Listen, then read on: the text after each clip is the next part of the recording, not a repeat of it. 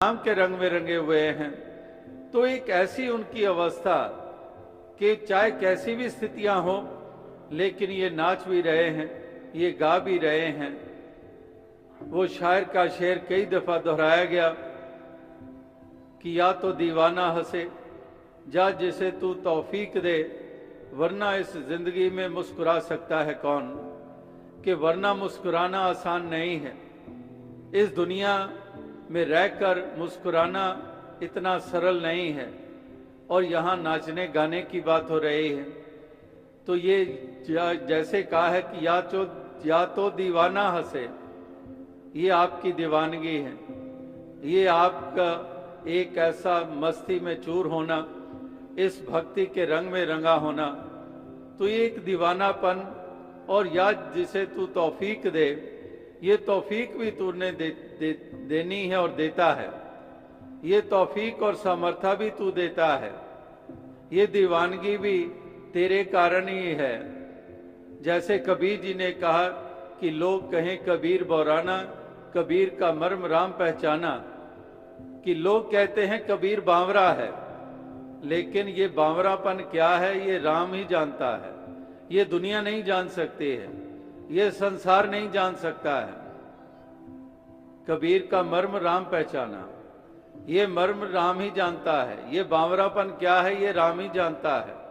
और किस लिए है ये बावरापन, किसके प्रति है, ये वही जानता है। ये दुनिया नहीं जान सकते है।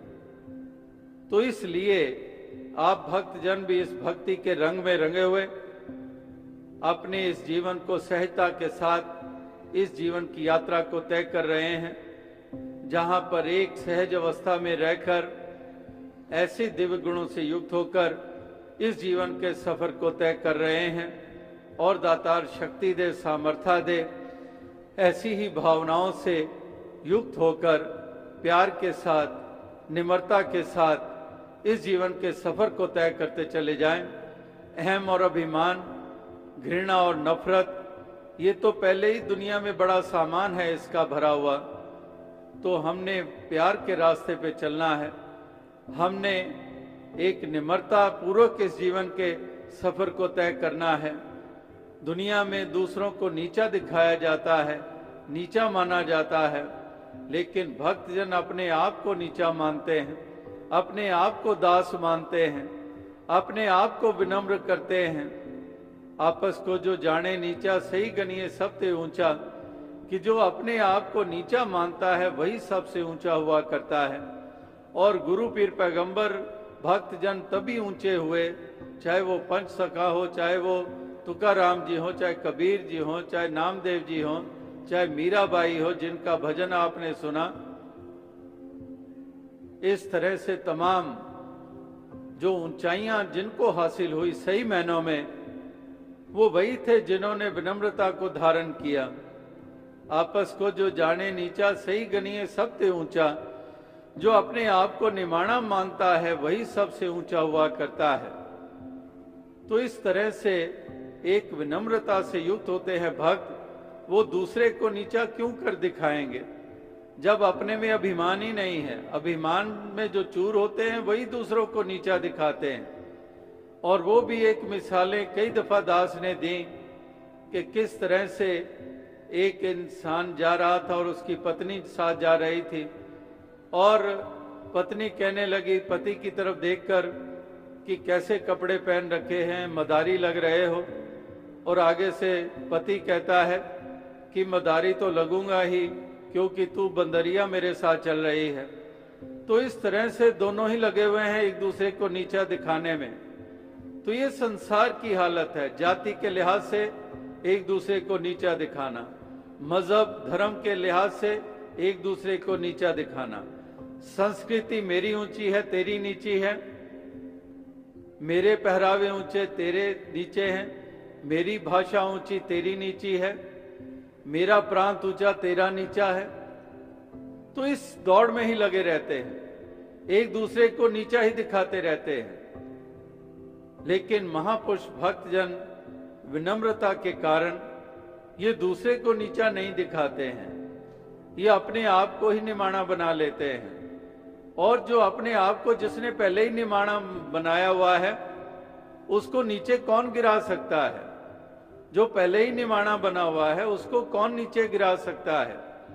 एक अंग्रेजी की कहावत याद आती है कि those who sleep on the floor do not fall from their beds, कि जो जमीन के ऊपर लेटते हैं वो पलंग से गिर ही नहीं सकते हैं। जो पलंग पर हैं वो तो गिर के जमीन पे गिर सकते हैं और चोट लग सकती है, लेकिन जो पहले ही जमीन पे लेटा हुआ है वो क्या गिरेगा? उसको कौन सी चोट लगेगी? तो इस तरह से जो पहले ही हम्बल है, जो पहले ही विनम्र हैं, उनको कौन गिरा सकता है? कोई नहीं गिरा सकता है। इसलिए कोई नहीं गिरा सका भक्तों को, कोई नहीं उनको नीचा कर सका। नीचे तो वो हुए, चाहे राजा व सम्राट हो, चाहे बलशाली हो, मायावी शक्तियां वाले हों, बड़े बड़े हुए, लेकिन गिरना उन्हीं के हिस्से में आया। रावण के हिस्से में गिरना आया तो हनुमान जी के हिस्से में गिरना नहीं आया, क्योंकि वो विनम्र हैं। उनके पास भी शक्तियां हैं, वो भी अभिमान कर सकते थे, लेकिन अभिमान नहीं किया, अपने आप को दास माना और राम जी को ही महत्ता दी। तो इस तरह से अनेकों अनेकों इतिहास या धर्म ग्रंथों में ऐसी ऐसी मिसालें हैं जो हमें सिखाती हैं कि हमने किस तरफ बढ़ना है, हमने कौन सी अवस्था में आना है। तो आओ साथ संगत, दास यही अरदास करेगा कि दातार ऐसी कृपा करे, ऐसी दया करे कि सब के हिस्से में ऐसी अवस्था आए, हर कोई सही मायनों में भक्ति के रंग में रंगा हो, हर कोई अपने मालिक की पहचान करे और हर कोई अपने असली रूप में स्थित हो जाए और हर कोई इस तरह से विनम्रता पूर्वक इस जीवन के सफर को तय करता चला जाए। यही एक शुभ कामना, यही अरदास, यही प्रार्थना के साथ दास आपसे इजाजत चाहेगा, क्योंकि समय भी काफी आगे बढ़ चुका है और आप सभी के दर्शन करके बहुत खुशी हुई, बहुत आनंद प्राप्त हुआ। और जैसे दास ने कहा कि ऐसा सुंदर नज़ारा अभी आपने यहाँ पर स्थापित किया, किस कदर एक अद्भुत सा नज़ारा जो लाखों करोड़ों रुपए लगाकर भी ऐसी खुशी हासिल नहीं हो सकती जैसे कि आप सभी ने ये खुशी बांटी भी है और खुशी प्राप्त भी की है। तो इस तरह से ये निरोल भक्ति के कारण है। आप गीत बोलते हैं, हाय रे के मंत्र बोला के ये मंत्र कौन सा है? ये मंत्र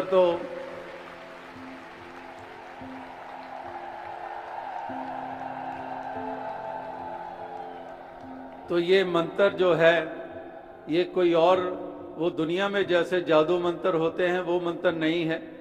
ये मंत्र है तो ये निरोल आपकी भक्ति का ही ये मंत्र है। ये भक्ति ही मंत्र बन जाता है, ये ज्ञान ही मंत्र बन जाता है, ये श्रद्धा ही मंत्र बन जाता है। तो यही मंत्र के अंतर्गत आप सभी ऐसे आनंद की अवस्था में हैं और दातार कृपा करे इसी अवस्था में रहकर आगे से आगे बढ़ते चले जाएं और दातार तन मन धन के सभी को सुख प्रदान करें। और जैसे जिक्र हुआ कि 4 बरस के बाद उड़ीसा में आने का मौका मिला है और पहले जब जब भी आने के मौके मिले कहीं कुछ अधिक दिन भी मिल पाते थे और कई गांव में कई कस्बों में भी सत्संग करने के मौके मिलते रहे हैं और रीजनल समागम भी कभी बंगाल कभी उड़ीसा में होते आए हैं। तो ये दोनों में ही यात्राओं में भी वक्फा पड़ गया और समागम जो रीजनल होते थे उसमें भी वक्फा पड़ गया। तो दातार कृपा करे कि आने वाले समय में इतना वक्फा ना हो और आप सभी के जल्द दर्शन हो पाएं। साध संगत जी, धन्यवाद।